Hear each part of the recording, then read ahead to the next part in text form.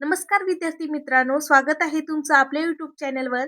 एम-पी-एस-सीचा नवीन descriptive pattern आल्यापासून अनेकांना प्रश्न पडलाय, की भूगोलाचा अफाट सिलेबस उत्तरपत्रिकेत कसा उतरवायचा? आज आपण केवळ सिलेबस पाहणार नाही, तर तो डिकोड करणार आहोत. जेणेकरून तुम्हाला कळेल, की नेमके उत्तर लिहिताना फोकस कुठे द्यायचा. अनेक विद्यार्थी व्हिडिओ बघतात, माहिती घेतात, पण सबस्क्राईब करायला विसरतात.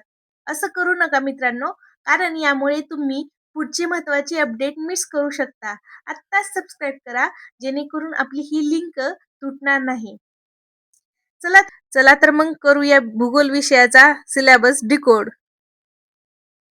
जगाच्या प्राकृतिक भूगोलाचे ठळक वैशिष्ट्ये कोणती? भूरूपशास्त्र, महासागर विज्ञान, हवामानशास्त्र.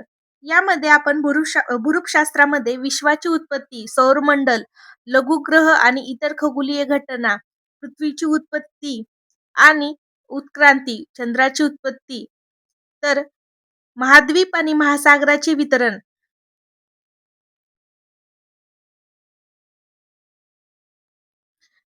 भूपट्ट सिद्धांत, भूकंप आणि ज्वालामुखीचे वितरण, खडक आणि त्यांचे चक्र, भूरूपशास्त्रीय प्रक्रिया, भूस्वरूप आणि त्यांची उत्क्रांती, भूशास्त्रीय कालमापन, जल हवामान शास्त्र. हा महत्वाचा मुद्दा आपण या जगाच्या प्राकृतिक भूगोलाच्या ठळक वैशिष्ट्यामध्ये भूरूपशास्त्राचा पाहणार आहोत. मित्रांनो, हा म्हणजे आपल्या सिलेबसचा पाया आहे. भूरूपशास्त्र, महासागर विज्ञान आणि हवामानशास्त्र. पृथ्वीची रचना, ज्वालामुखी, भूकंप, जमिनीवरील विविध आकार, उदाहरण डोंगर, दऱ्या इत्यादींची माहिती आपण या भागात घेणार आहोत. वातावरणाचे थर, वारे, पाऊस, चक्रीवादळ हे आपण हवामानशास्त्रात घेणार आहोत. तर सागरशास्त्रात महासागराची रचना कशी आहे, भरती आहुती म्हणजे काय नेमकी, आणि सागरी प्रवाह हे यामध्ये पाहणार आहोत. तर महासागर विज्ञानमध्ये आपण सागरी तळाची वैशिष्ट्य पाहणार आहोत. महासागराचे तापमान आणि क्षारता पाहणार आहोत. म्हणजेच त्याची म्हणजे त्या क्षारता म्हणजे आम्ल किती आहे, आम्लाचे प्रमाण असं. महासागराची हालचाल, लाटा, भरती ओहोटी, प्रवाळ भित्तिका हे सर्व यामध्ये आपण कव्हर करणार आहोत. हवामानशास्त्र, पृथ्वीची वातावरण रचना आणि घटक यामध्ये हा मुद्दा घेणार आहोत.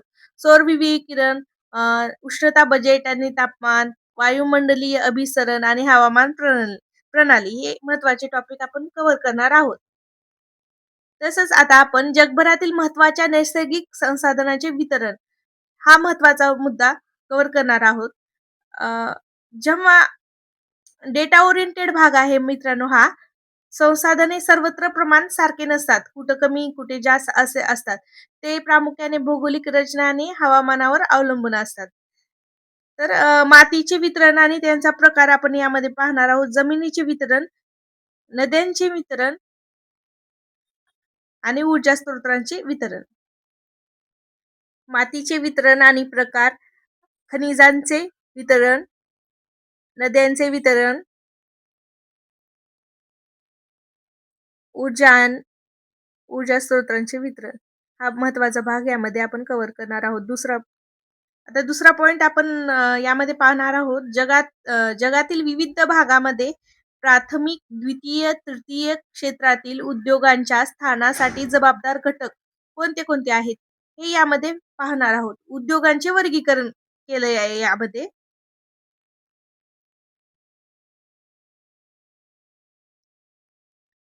तर कच्च्या मालाच्या आधारावर उद्योगाचे स्थान आणि वितरण, बाजार, भांडवल, जमीन, श्रम यांचे वर्गीकरण, अनुदान, आर्थिक प्रोत्साहन इत्यादी माध्यमातून अ, ह्या उद्योगांचे विकास होतो का नाही हे पाहणार आहोत. प्रमुख उद्योगांचे वितरण, लोह आणि पोलाद, आय-टी, कॉटन टेक्सटाईल यांचे वितरण, वस्ती समूहन आणि फूडलूज इंडस्ट्रीज हे पण महत्त्वाचा भाग आपण यामध्ये कव्हर करणार आहोत.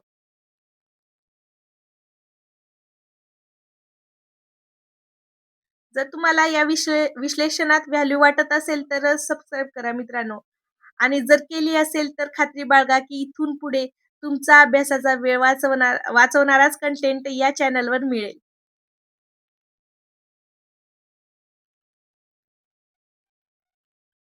लोह पोलाद आणि कॉटन टेक्सटाईल. यांचे वितरण.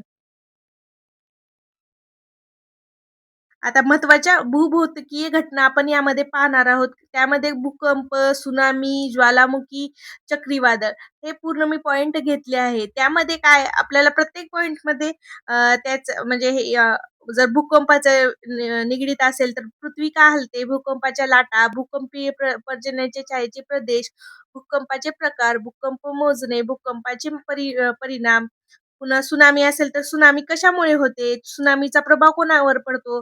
सुनामीचा प्रभाव कमी करण्यासाठी काय-काय उपाययोजना कराव्या लागतील? तसेच ज्वालामुखी. ज्वालामुखीचे प्रकार कोणते-कोणते आहेत? ज्वालामुखी कशामुळे होतात? ज्वालामुखीय भुरुपे कोणती-कोणती आहेत? आता भूअंतर्गत ज्वालामुखी भुरुपे कोणती आहेत? बहिर्मुख ज्वालामुखी भुरुप कोणती आहेत? ज्वालामुखीचे वितरण म्हणजे कोणते आहे? एवढं सगळी माहिती आपल्याला ज्वालामुखीमध्ये कव्हर करायची आहे. चक्रीवादळ तर चक्रीवादळ ही उष्णकटिबंधीय चक्रीवादळे कोणती आहेत? प्रतिचक्रीवाद काय म्हणतात त्याला? समशीतोष्ण चक्रीवादळ म्हणजे कोणते वादळ?